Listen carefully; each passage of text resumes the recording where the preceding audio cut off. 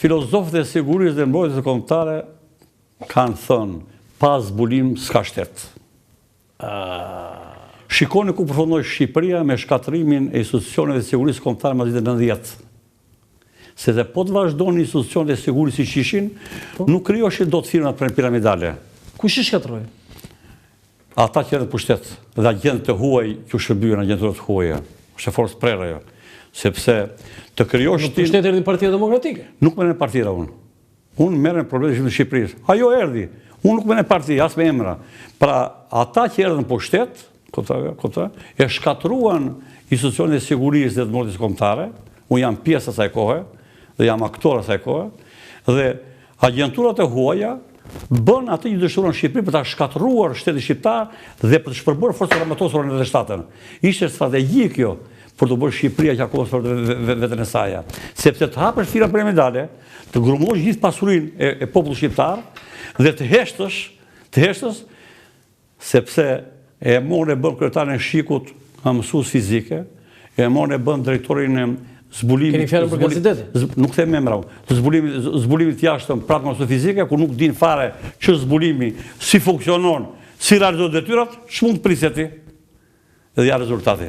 Tani ne do flasim gjëra gjatë për 46 vitet komunizëm, po më ngacmohet me këtë që thatë. Ish presidenti dhe ish kryeministri Sali Berisha më ka pranuar në intervistë që është e vërtetë ajo që është ai dialog në parlamentin e Beogradit, pra të Serbisë, ku Shesheli ka thënë që ku shkuan $20 milion për destabilizimin e Shqipërisë. Dhe Miloševići i tha, ja ku i keni, tha, si e shkatruar Shqipëria, tha, kanë shkatruar fabrika uzina, 500 fabrika uzina, edhe furrat e bukës në fshat. Të faleminderit për këtë pjesë shumë të rëndësishme që futet emision. Unë kam dëgjuar gjithë debatin që bërë në kuvendin e Serbisë edhe në kuvendin e Greqisë më vonë. Se ka dhe në kuvendin e Greqisë? Do shpjegojte. Me shumë të drejtë, Miloševići si një strateg për qëllimet e tija ka shqipotës shqiptare, po për Shqipërinë është anti-shqiptar, drejton dhe mjaftë të mi veprimtarinë e agenturës kundër Shqipërisë. Vetë Miloševići? Edhe Enver Hoxha ka drejtuar dhe vetë janë dokumentat. Edhe Enver Hoxha drejton dhe vetë? Patjetër. Pse si mendoni ti? Në nivelin strategjik, të veprimtarisë zbulimit agenturor, politik dhe ushtarak i drejton Koka, sepse merr vendime kapitale. Ndërsa zbulimi taktik dhe operativ drejtohet nga nivelet e ministrave drejtorëve përkatës. Prandaj Miloševići. Çfarë bëri Miloševići? Tha, mos keni as shqetësim, tha. Problemi shumë i qartë, ju shikoni, tha. Me ato lekë, tha, unë realizova shpërbërjen e Shqipërisë, tha. Me ato lekë, tha, bëjë luftë civile Shqipëri, tha. Edhe me atë gjithë kam bërë Shqipëri, tha, që me i skuadrë gjatarësh, tha, unë britha 24 Durrës. Si tha, me i skuadrë gjatarësh? Me i skuadrë gjatarësh, unë brinë Durrës. Se e tha në parlament? Parlament, sepse nuk kish më ushtëri, s'kish më kufi, s'kish më kufi, dhe agenturat e huaja hidhin valle mes Tiranës. Në 92-shin e tha këta? Po. 92-shin? 92-shin. Po, dhe ju ndoqët gjithë të gjithë kam ndjekur. Në parlament, live? Komplet kam ndjekur, kam të gjithëzuar. Wow! Dhe, po pasaj, çfarë ndodhi? Dhe pasaj ndodhi që reagimi në Shqipëri, ju e dini që me minus, jo me zero lartë fare, dhe në vazhdimësi, ish kuadro të shtetit shqiptar të mparshëm, të përgatitur të bashkëpunim me këto vende, krijuan gjallisën, vefën me radhë dhe nuk u çudi që po të shikosh me radhë kush ka qenë këto tyre, kanë qenë o ushtarak ose kaptenat e ushtërisë. Po çfarë ishte kjo? Se kishte punuar me kohë UDB-ja. Edhe i rekrutoi? Kishte punuar me kohë UDB-ja. Po Berisha ka thënë që ato i krijoi sigurimin e shtetit. Agentur, shtetet e fuqishme, CIA, M16, inteligjenca quhet e Francës, KGB-ja, UDB-ja, Greqia, punoi sot për 50 vjet. Të rekrutoi sot dhe të përdorin kur vjen koha mas 50 vjet, 40 vjet kur vjen koha, kupton apo jo. Masi të ka bërë gati dhe vjen koha përshtatshme dhe zgjidh skem. Kupton? Pra nuk është rastësia asgjë. Në Shqipëria kryesisht agenturat janë në Francë. Atje ku dhe arsimoshin pjesë ose u çonin njerëz të tyre. Nuk do të them me emër, po shumë të tyre kanë qenë në drejtimin dhe janë në drejtimin e Shqipërisë. E pranoni këtë që tha zoti Berisha që firmat piramidale i krijuan ishte sigurimi i shtetit? Sigurimi i shtetit nuk kishte mundësi si ti krijonte në mënyrë kategorike. Jo, sigurimi do të thonë vetë të sigurimit. Se ato duan mbështetje qeveritare, të vetë Berishës, dhe mbështetje të financiare. Për shembull, njëri që ka punuar të drejtimin fare, hapi fillimisht dyqanet e mëdha me elektroshtëpiake. Dhe pastaj e ktheu firmë piramidale. E tjetër. Janë probleme madhore këto që janë të dokumentuar. Po në Greqi? Po. Se ju thatë debat në parlamentin sërb. Po.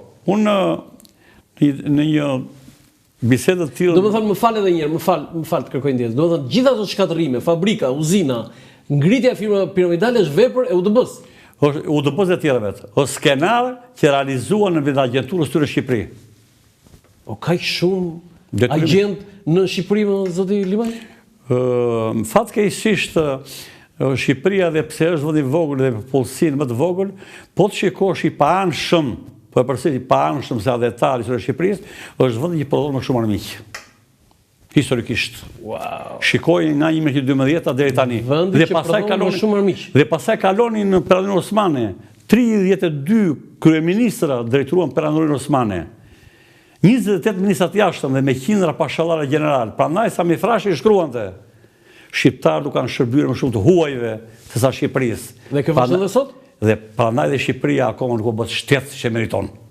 Okej, tani me parlamentin grek për ta mbyllur këtë? Po, një debat televiziv, një debat në kuvend para 6 vjetësh, të cilën kam shpjeguar në një kanal televiziv unë, ministri i mbrojtjes akuzoi ministrin e jashtëm për buxhetin që kishte dhënë ai për zbulimin ushtarak jashtë shtetit agjenturës. Dhe mas shumë debateve tha ku ka shkuar parat dhe ai uli zërin me qetësi. Lekët kanë shkuar atje ku duhet shkuar dhe shikoj shtetet kufitar ku kemi çuar. Dhe shkoj që të kufitare. është në televizor për të kronë Heroni me Gjoni.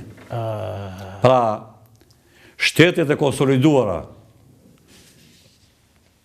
realizimin e qëllimeve të tyre geostrategjike, e realizojnë duke patur një strukturat fuqishme, agjentorore të zbulimit dhe diplomacisë, për realizimin e qëllimeve të tyre në shtetet që kanë dëshirët e tyre. Okej, zoti Limaj, si doli Shqipëria mbas luftës së dytë botërore? A kishim në mundësi që mund mos ishim një shtet komunist, diktatorial? Apo ishte destinuar kjo që ne duhet ishim të tillë? Është në kapitullin e 2 them Shqipëria midis lidhjes dhe perëndimit të librit. Po.